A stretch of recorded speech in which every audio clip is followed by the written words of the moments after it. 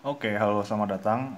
Selamat datang di materi yang lain ya. Ini salah satu materi yang sangat penting di fisika SMP. Sekarang mungkin masuk di materi kelas 8 ya, tentang gerak.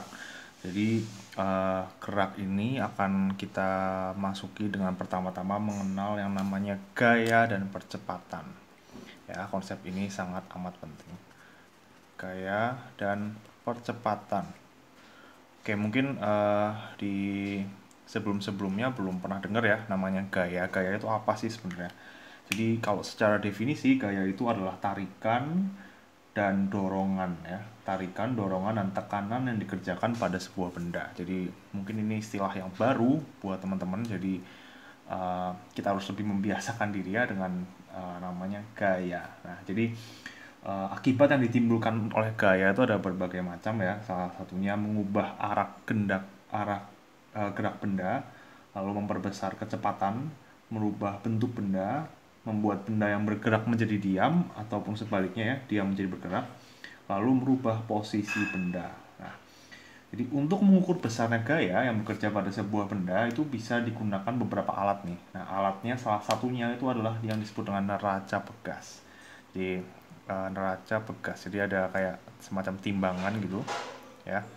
Nah, ini ada uh, skalanya. Lalu di dalam ini tuh ada pegasnya. Dimana kalau misalnya di bawahnya ini kita kasih massa ya, dia akan turun ke bawah dan dia akan mengakibatkan pegasnya akan melar ya.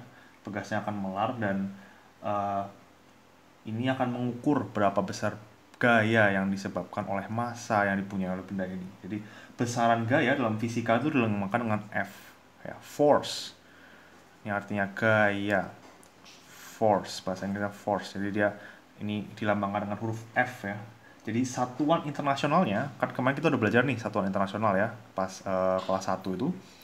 Lalu satuan internasionalnya itu adalah Newton ya. Satuan internasional force ini adalah Newton. Di mana 1 Newton itu sama dengan 10 pangkat 5 dyne. Nah, jadi gaya ini adalah salah satu besaran ya, yang dimana dia ini adalah merupakan besaran vektor.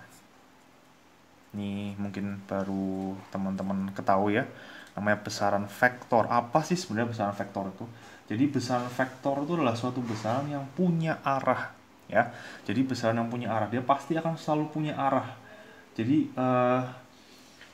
kalau besaran vektor ini selalu dapat dilambangkan dengan namanya diagram vektor. Jadi diagram vektor itu sederhana seperti ini. Dia ada garis ya, ada titik mulainya, ada garis, dan ada panahnya. Kenapa ada panahnya? Karena dia punya arah gitu.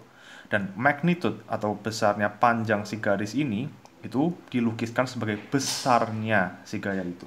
Ya, jadi misalnya nih, aku punya kasus ya. Budi menarik sebuah meja dengan gaya sebesar 40 Newton ya. Budi menarik meja dengan gaya 40 Newton ke arah kanan. Nih, misalnya nih ke kanan ya. Terus kalau misalnya diminta gambarkan diagram vektor dari gaya yang dilakukan Budi ya, dengan ketentuan 1 cm itu mewakili 10 Newton. Jadi kita sudah jelas sekali nih. Kita mau membuat garis vektor sebanyak 40 Newton, di mana 1 sentinya itu mewakili 10 Newton ya.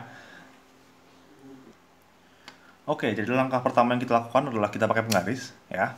Kita di sini. Jadi kita akan bikin vektor 40 Newton ke kanan, 1 cm mewakili 10 Newton. Oke, kita gambar dulu. Pertama yang harus kita lakukan adalah membuat titik awalnya dulu. Nih, misalnya ini agak rusak ya. Aku mulai dari 5 nih. Titik awalnya dari 5. Oke. 40 Newton 1 cm mewakili 10 Newton. Berarti kita harus membuat berapa cm ke kanan? 4 cm ya, karena 10 Newton dia butuh 40 Newton. 1, 2, 3, 4. Oke, garisnya tepat sampai ke 4-nya ya, 4 cm. Lalu sesudah itu kita buat panah yang ujung panahnya ini ada di ujung garis tadi. Oke, gitulah. Sesederhana itu bikin garis vektor. Untuk lebih memperjelas, kita kasih garis ya, garis bantu setiap perubahan 1 cm ini.